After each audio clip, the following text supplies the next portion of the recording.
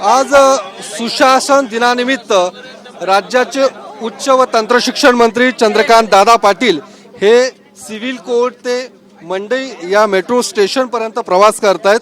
एक नवीन संकल्पना आणि थेट प्रवाशांशी संवाद साधतात। दादा, आज सुशासन दिन आणि या सुशासन दिनानिमित्त तुम्ही मेट्रोने प्रवास करतायत। आजच्या सुशासन दिनानिमित्त मेट्रोने प्रवास करतायत, काय नेमकी ही संकल्पना? नाही, मूळ कल्पना काय आली की स्वर्गीय अटलजी 3 वेळा पंतप्रधान जे होते, 13 दिवस 13 महिने आणि सगळ्यात महत्त्वाचं 4.5 वर्ष, त्यात त्यांनी देशाच्या प्रशासनाला एक शिस्त आणली आणि आपण म्हणजे विरोधक सुद्धा मान्य करतात। आणि त्यामुळे अटलजींच्या जन्मदिवसाला आम्ही सुशासन दिन म्हणून कार्यक्रम करतो। त्या कार्यक्रमाचं स्वरूप काय, तर ज्या ठिकाणी चांगलं ॲडमिनिस्ट्रेशन आहे तिथे जाऊन त्यांचं कौतुक करणं। नॉर्मली नाही तर तुम्ही चांगलं करा तुम्हाला बक्षीस नाही, तुम्ही चूक करा तुम्हाला शिक्षा नाही।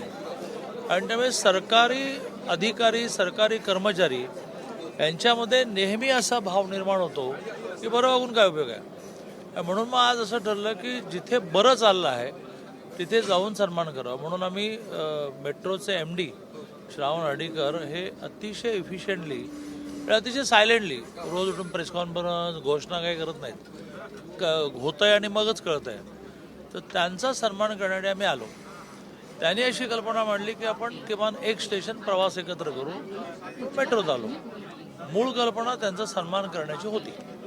दादा, ज्या पद्धतीने मेट्रो प्रकल्प असू दे किंवा राज्यातले किंवा पुण्यातले काही प्रकल्प असू दे, त्या संदर्भात चालना देण्याचं काम या राज्य सरकारकडून होणं गरजेचं आहे। कारण मधल्या काळात आचारसंहिता किंवा महापालिकेमध्ये प्रशासक म्हणून काम बघतायत। या सगळ्या प्रकल्पांच्या संदर्भातला काय नेमका आढावा घेतला जाऊ शकतो? नाही, एक बरं आहे की काही प्रकल्प आचारसंहिता असो नसो निवडणूक असो चालूच आहेत, खूप चांगल्या स्पीडने चालू आहेत। काही ठिकाणी त्यांच्या परवानग्या अडकल्या असतील तर त्याला आता चालना मिळेल। जसं नवीन जी सँक्शन दिली माननीय मोदीजींनी 2900 कोटी, तर त्याची पायाभरणी थांबली होती, ती पण झाली। आता त्याचं कामही सुरू झालं, 3-3.5 वर्षात ते पूर्णही होईल। आता नवीन नवीन जे ट्रॅक आपण व्हिज्युअलाइज करतोय त्याची डिझाईन त्याची एस्टिमेट, महानगरपालिका सँक्शन, राज्य सरकार सँक्शन, केंद्र सरकार सँक्शन, मग त्याचं टेंडर, मग त्याची पायाभरणी, अशी मोठी प्रोसेस असते। ती आता महाराष्ट्रापुरतं तरी म्हणायचं झालं तर महानगरपालिका वगैरे निवडणुका आहेत, पण विधानसभा आणि लोकसभा निवडणुका झाल्यामुळे आता एक 3-4 वर्ष असा कोणताही मोठा हर्डल येणार नाही। आचारसंहिता लागली, थांबवा कामं, परवानग्या होणार नाही, त्यामुळे चालना मिळेल असं मला वाटतं। साधारणतः कधीपर्यंत महापालिका निवडणुकांचं, कारण तयारी तशी सुरू करण्यात आलेली आहे, पण कधीपर्यंत साधारणतः निवडणुका लागण्याची शक्यता आहे की सरकार त्यासाठी काय प्रयत्न? महानगरपालिकेच्या निवडणुका शासनामुळे थांबल्या नाहीत। सुप्रीम कोर्टामध्ये OBC आरक्षणासंबंधीचं एक मॅटर चालू आहे। 22 जानेवारीला तारीख आहे, त्या निर्णयानंतर नोटिफिकेशन निघेल, मग प्रभाग रचना होईल। 2011 नंतर जनगणनाच झाली नाही आहे, ती आता होईल।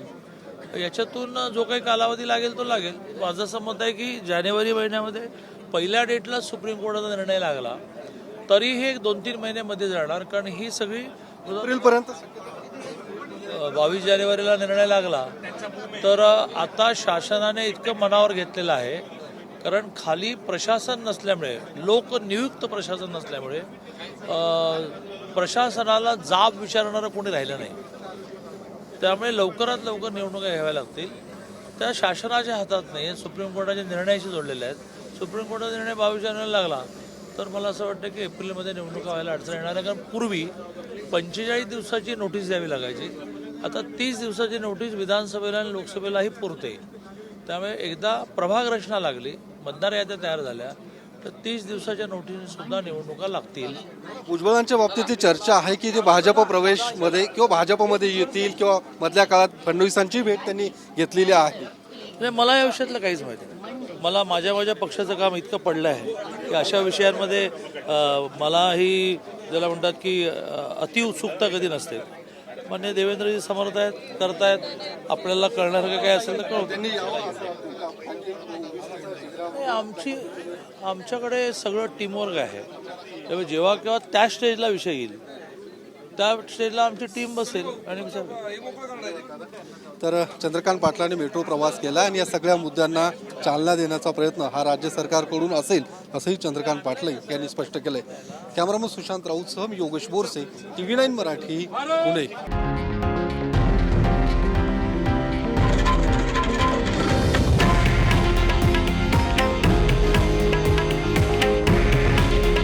हे आहे देशातील नंबर 1 न्यूज नेटवर्क आणि आपण पाहत आहात TV9 मराठी. काळजी तुमची, हित महाराष्ट्राचं.